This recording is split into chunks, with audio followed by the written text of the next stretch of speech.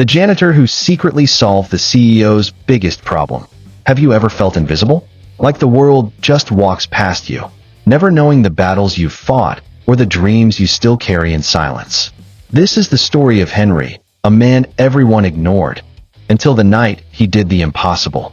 The night a janitor showed a billion-dollar company that greatness doesn't always wear a suit. Stay with me, because this story might just change the way you see yourself, forever. Every evening at 8 p.m. sharp, as the last of the day's chatter faded from the glass towers of Crestview Technologies, Henry would clock in. A faded blue uniform, a squeaky cart with a half-broken wheel, and a mop he'd fixed with duct tape more times than he could count. To the young interns and fancy execs, he was just the janitor. The man who nodded politely, kept his head down, and made sure the floors gleamed for the morning rush. But behind those quiet eyes was a man who once dreamed in equations and blueprints. A man who once wore crisp shirts and signed off on million-dollar designs. Back then, they called him Mr. Carter. Now, they barely called him anything at all. Years ago, Henry Carter was an engineer whose name appeared in trade journals. He built bridges that still carry traffic today. He designed parts that flew on aircraft. But life can be cruel to even the brightest minds. A layoff during an economic crash. A sick wife. Medical bills that swallowed his savings. And then, cancer took her, leaving Henry with nothing but debts and silence. No company wanted to hire an aging engineer whose skills felt outdated in a world sprinting toward the future. So he took what he could get. A mop, a uniform, and long, quiet nights in buildings like the ones he used to help design. Crestview Technologies was known for changing the game. Cutting-edge hardware, bold ideas. Investors lined up when they promised their next product, a device so revolutionary it would reshape an entire industry. But inside the top floor's glass boardroom, the smiles were gone. The prototype failed every test. A critical design flaw no one could fix. They'd spent millions, burned months of time, and now the future looked like a dead end. The CEO, Vanessa Hale, sharp, young, relentless, refused to accept failure. But even her best engineers were out of ideas. Most nights, their arguments echoed down the hallways. And Henry heard every word as he pushed his mop past the frosted glass. One Tuesday night, long past midnight, Henry shuffled into the boardroom to clean up. The engineers had left in a hurry, coffee cups half finished, whiteboards covered in scrawled equations and frantic sketches. He paused in front of the mess. His eyes drifted over the numbers. He saw the error immediately, a tiny miscalculation buried in the formula. It tugged at something deep inside him, the part of him that used to solve problems like breathing air. Henry knew he should just clean up and leave. But something inside him whispered, what if? So he picked up a dry erase marker.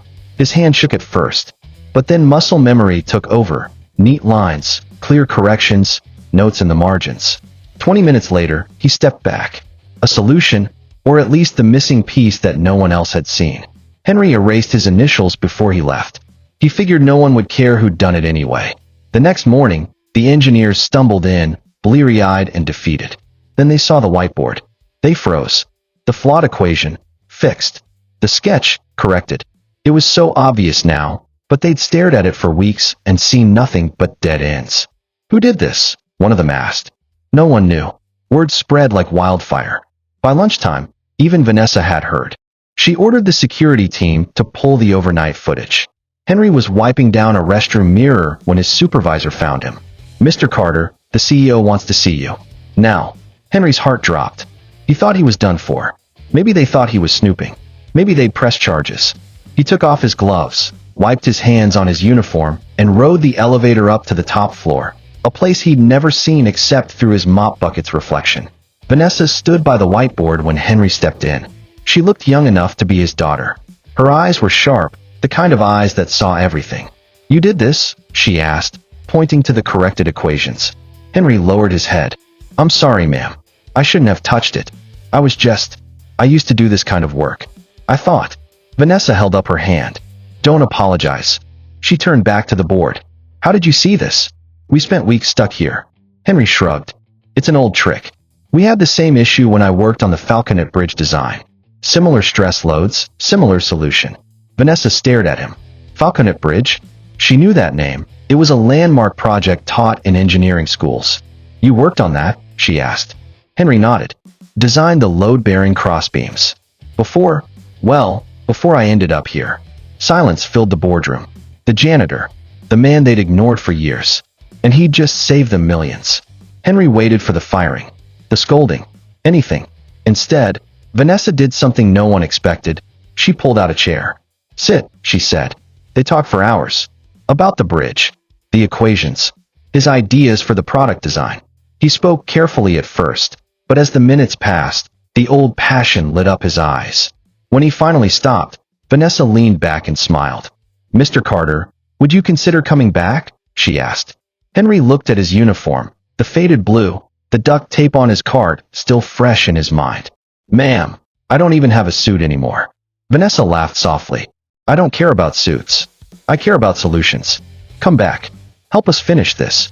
Let's make something that changes the world, together.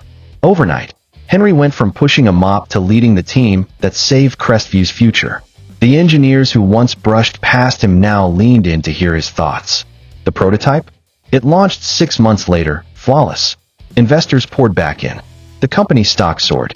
At the big unveiling, Vanessa stood on stage beside Henry. No uniform this time.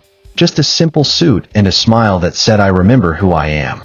And when reporters asked about the secret to their turnaround, Vanessa just pointed at him and said, sometimes the genius you need is the person you see every day, but never really see. Henry never became a billionaire. He didn't want to. He stayed on as an advisor, mentoring young engineers, reminding them that brilliance can come from anyone, and that no dream should ever be swept away. So, if you ever feel invisible, if you ever think your moment is gone, remember Henry. Your gift is still there. Your story isn't over. And maybe, just maybe, your greatest moment is still waiting for you to pick up that marker and show the world who you really are. If this story inspired you, share it with someone who needs to hear it today. And remember, no matter where you are right now, your worth is never defined by your uniform, your job title, or your mistakes. Stay strong, stay unseen until it's your time, and when it comes, don't be afraid to shine. Subscribe for more stories like this, and never forget, your story isn't finished yet.